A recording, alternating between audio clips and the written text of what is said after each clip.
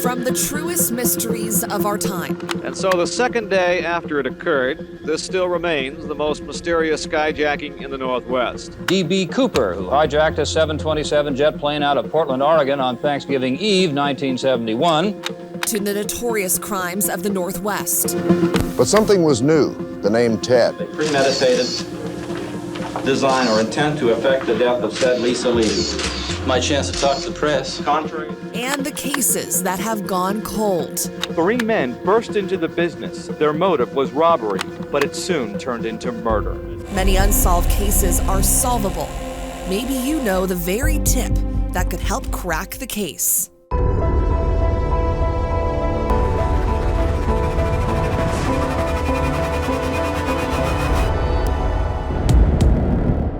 I'm Madison Wade. According to data compiled across our state, there are about 3,500 unsolved murder and missing persons cases. Behind each of them is a search for answers and questions about what happened.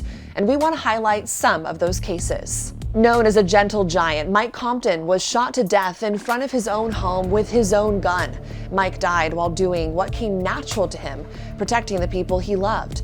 This mystery takes us to Orting, Washington, where more than a decade later, his murder is still having an impact on the small community. Mike's association with this community was huge. Just about anybody could enjoy being with him, feel safe next to him. I think I got a phone call from somebody that said Mike had been shot. 11 years was a long time ago. And they couldn't solve it. It's still the talk of the town after 11 years, but not everybody wants to talk about it. Mike's widow, Nikki, she's trying to put it behind her. But his sisters want people to remember who he truly was.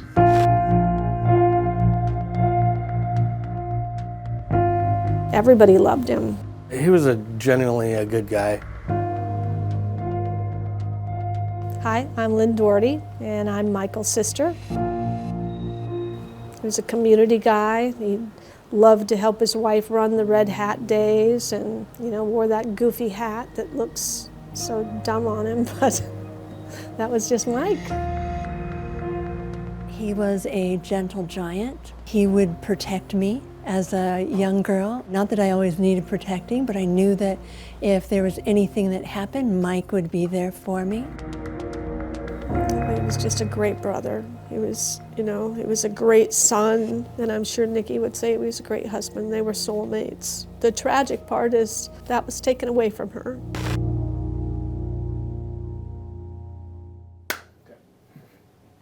Good. I'm Detective Sergeant Brian Byerly. I'm one of the original investigators on this case. A murder in Orting is rare. It's a small, generally quiet town. Just after 3 this morning, police found the body of the 53-year-old in his front yard. So things like this don't really happen down there. Just kind of dumbfounding. And then to think that it was my brother that was murdered is pretty devastating. The crime itself happened at 2 o'clock in the morning. Mike Compton was out. It appears that he may have startled a prowler or something in his front yard. He hears somebody in his garage, and he's going to go right to his gun cabinet.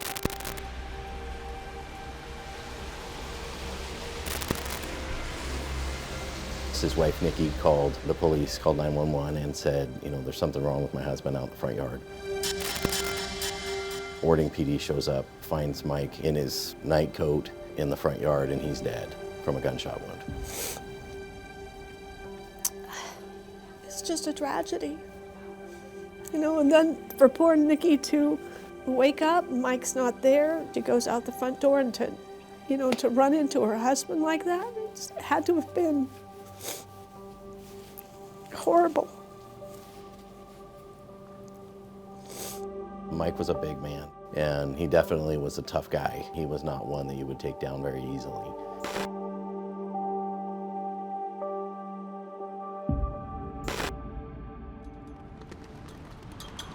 I've been spending a lot of time in Orting, drive through town, and I wonder why there isn't a sign up that says, "We haven't found these people yet." I know that law enforcement is trying their best, but I think there is something to the fact that when something is unsolved, you can't put it to rest, really.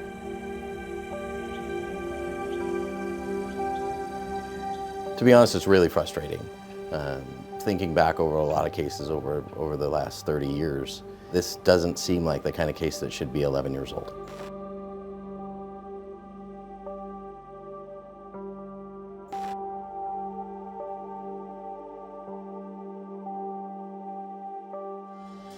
I'm at the end of my, starting to look down to the end of my career, and I don't want to leave without this thing being done. I think it would honestly drive me crazy in personal life. Somebody knows something. It's unfathomable to me that somebody is out there that knows something. And over the years, still this underlying thing in that community when you go down there.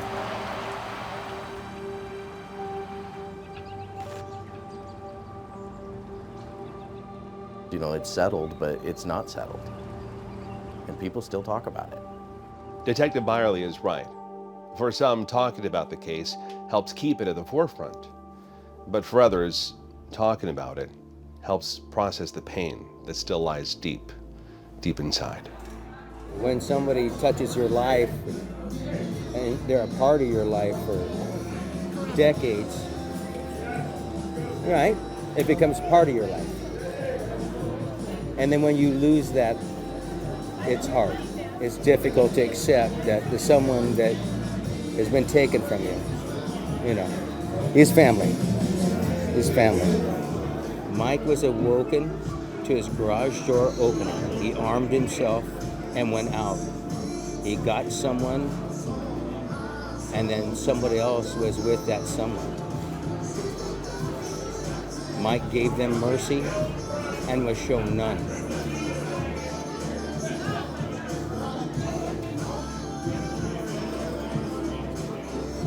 It's hard. It's hard to take.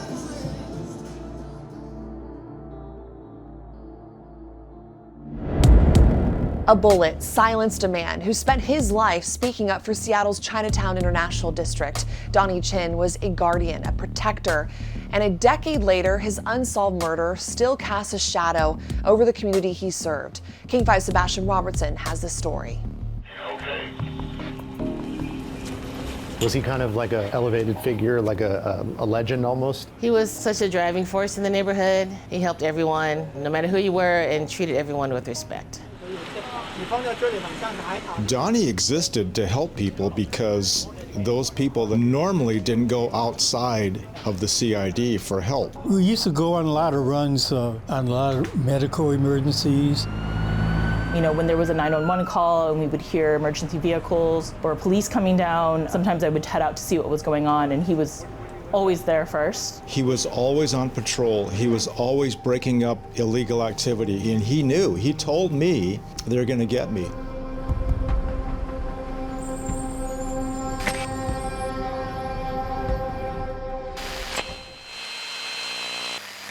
Set, yes. Okay. Growing up in any ghetto is hard, but growing up in an ethnic ghetto is pretty tough.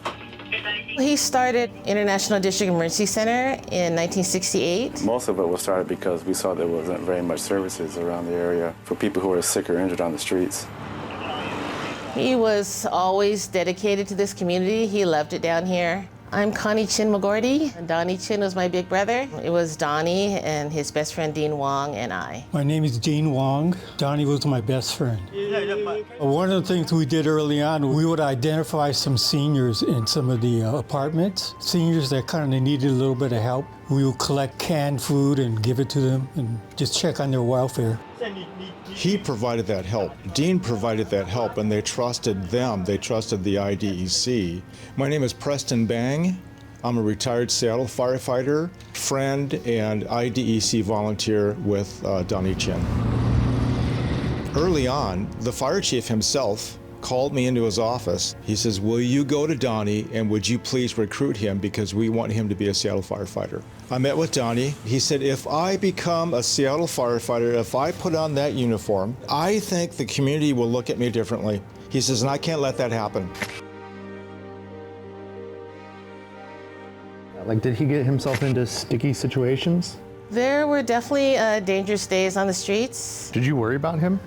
I did, but if you knew Donnie, you would know he was very self-sufficient, confident in what he was doing. You can't keep Donnie off the street. He's going to be there.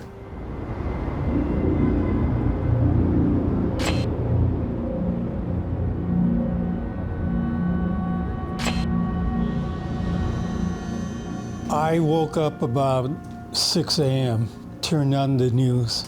Early this morning, friends say Chin was responding to some kind of a dispute.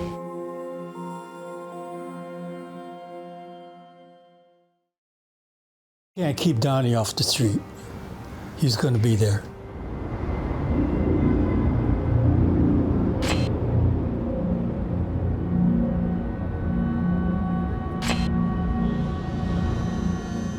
I woke up about 6 a.m., turned on the news.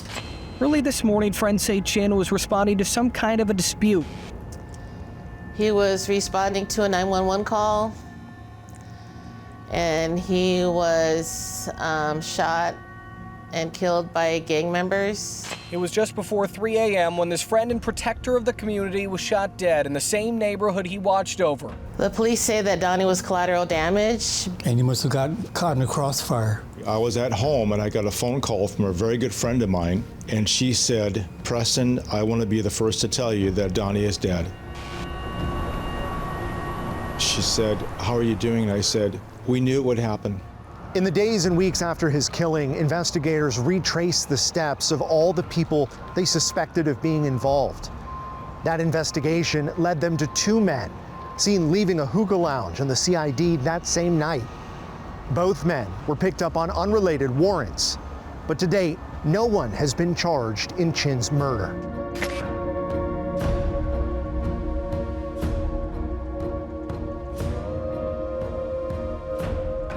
If you knew Donnie at all, you would know he deserves justice. He saved hundreds of lives and completely devoted himself to community.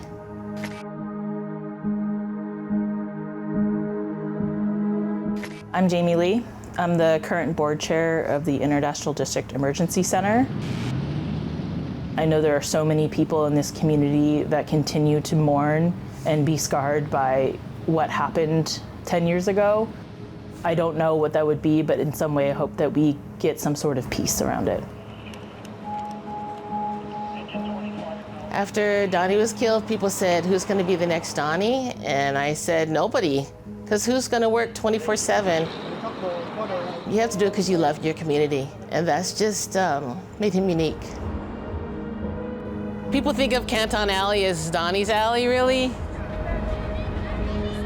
We chose to name the children's park after him because they always took care of the kids.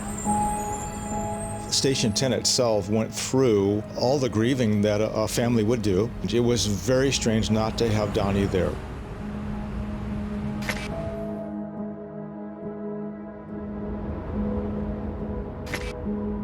Why the CID? Why Donnie?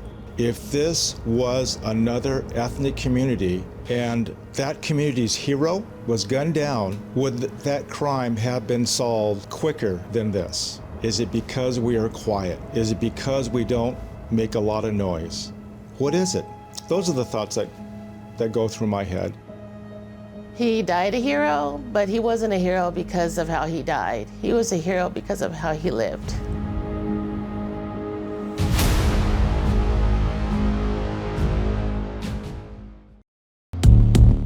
An 11-year-old boy snuck out of his home on a stormy night, leaving few clues and so many unanswered questions. This mystery takes us to Raymond, Washington, where those closest to Lu Pyong Day are still searching for answers 30 years later.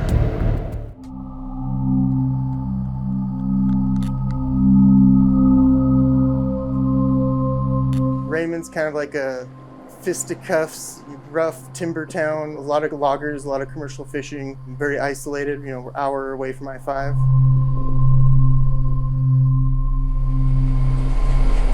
I'm Eric Trent. I'm a journalist who spent 8 months investigating this case. I grew up in the area and I'd always heard about it. This was the first article that was published about Luke's disappearance It was Wednesday, February 14th, which was 8 days after he disappeared. And that's Luke's class picture right there.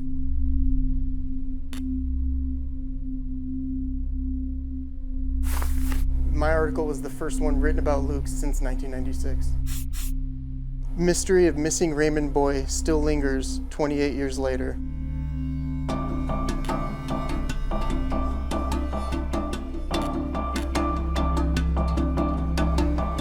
Yeah, I remember that night. I was at home trying to do some homework. Luke and Robert got home from school. I mean, the minute they get home from school, they start going at each other.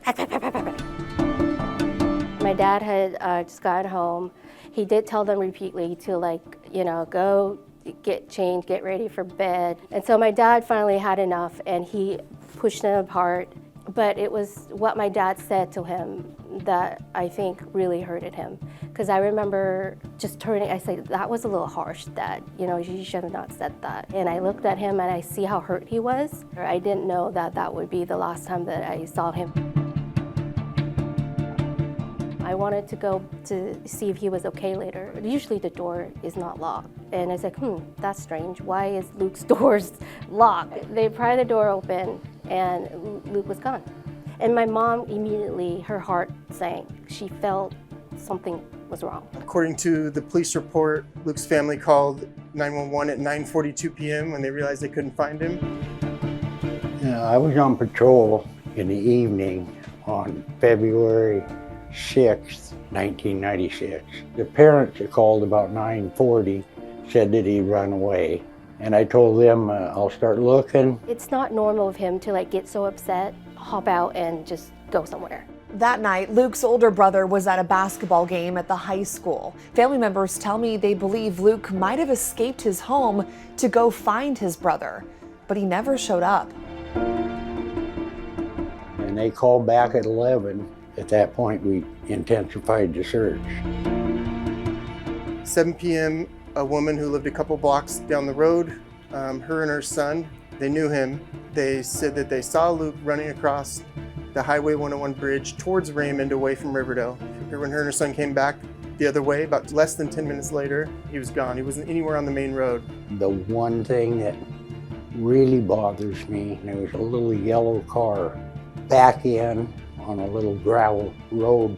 I've never seen it around town before, and I've never seen it after that. That yellow car that Bill Wilson spotted was parked right here at the end of this gravel road. It's significant because just down the road from here is that bridge where Luke was last seen, and it's also on the same route to the high school where he might have been going. It never dawned on me even that, you know, I should have stopped and checked that car out, because I was busy looking for Luke on foot at the time. And that car is stuck in my mind for 29 years now. He lived just a block down the road. When he went missing, the woods back behind me was where a lot of the search was focused. For you, how many times have you been here? A lot. There's been a lot of days where I'll drive right by Luke's house and come back here and I'll park at the park and just sit in my car and think, what am I missing?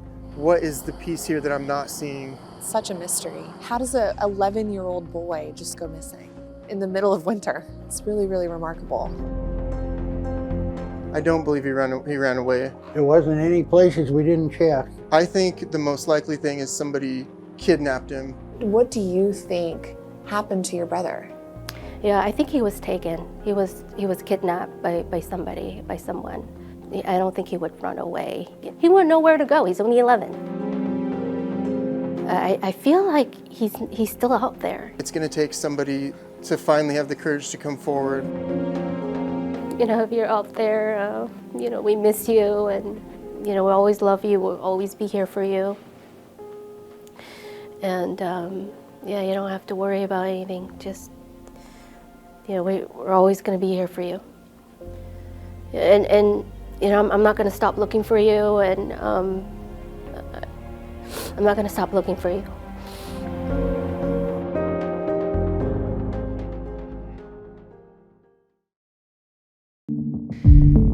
It's a case that haunts the Snohomish County hiking community 2 decades later. A mother and daughter shot while hiking a remote trail near Mount Pilchuck in 2006. How the killer got away undetected is a mystery, but detectives hope someone out there will come forward with information.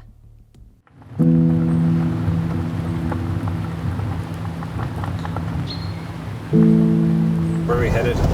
We're headed to Forest Service Road 4020. It leads up to Pinnacle Lake. It's a real beautiful area, especially on a day like this. Once you get there, it's this pristine mountain trail. It leads up through the alpine forest. You know, you're standing in a spot that looks beautiful, but has a very sad past to it. Mary was so much a part of my life, it's kind of easy. Susanna, it's a lot harder. She was just getting started out, so a lot less fair. We have a murdered mom and a murdered daughter on a pristine hiking trail miles up the Mount Lu Highway.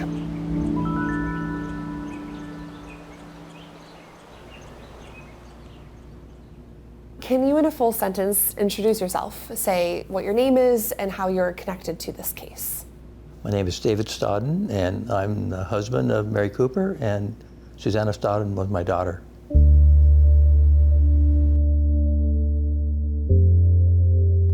Mary and I were together about 30 years. I met her at the University of Washington. What made you fall in love with Mary? She was a brilliant person. She had majored in languages. When we went to a different country, she could pick up the language real quick. But it was just her really sense of adventure. We camped across Europe and backpacking. Susanna will always be 27 years old. She was really fun and really upbeat, energetic. My name's Katie Light, and I lived with Susanna for 3 years. She was just such a positive person, so interested in all things nature. She was an avid hiker. She went hiking weekly, or if not more. She was an environmental educator and felt really good about what she did, what direction she was going, but just really starting out in life. On July 11, 2006, Mary and Susanna set out from Seattle for a day hike. Their original destination was Mount Pilchuck. After experiencing some snow, they changed course, and they never let David know. It was from this trailhead where 2 women set off on a day hike up to Pinnacle Lake. It was during that hike that something terrible happened. It was along the rugged Cascade Mountain Trail where the grim discovery of 2 bodies was made this morning. They were both shot in the head.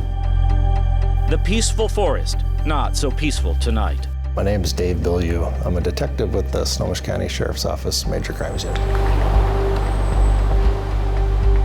So I've been in law enforcement in this county now for 31 years and change. And it's the only incident I'm aware of where people were murdered on a hiking trail.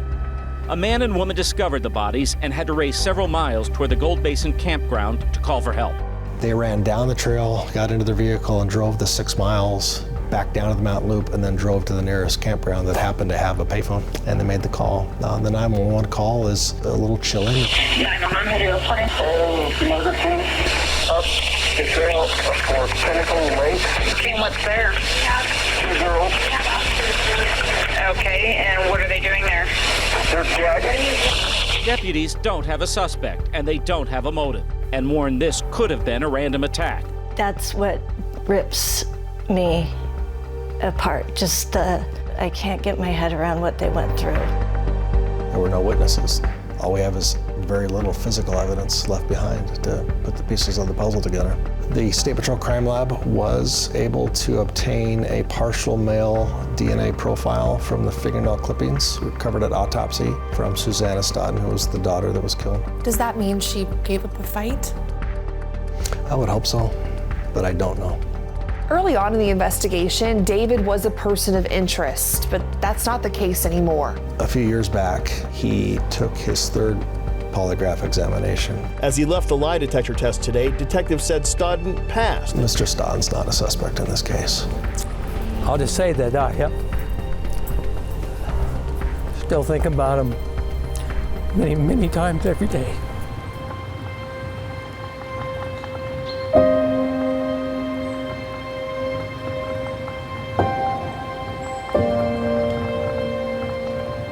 At this point, the main thing I'm doing is trying to reach out to those people that might have encountered the killer and don't know it. And I don't know what the procedure is for that, but that's, I think, where we are. I don't think the killer's told anyone yet, but and maybe won't. We have some science, and we're going to re-examine some things that were never tested and hope for some new nuggets of information there.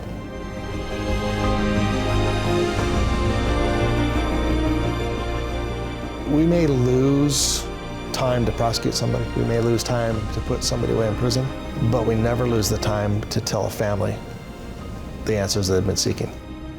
I know you miss them dearly, and I know you want this solved. Yeah, I mean, that won't bring him back, but it's another step. It's another step. And that's what people have told me, you know, usually you can move forward some more. So that's why I'm working on it.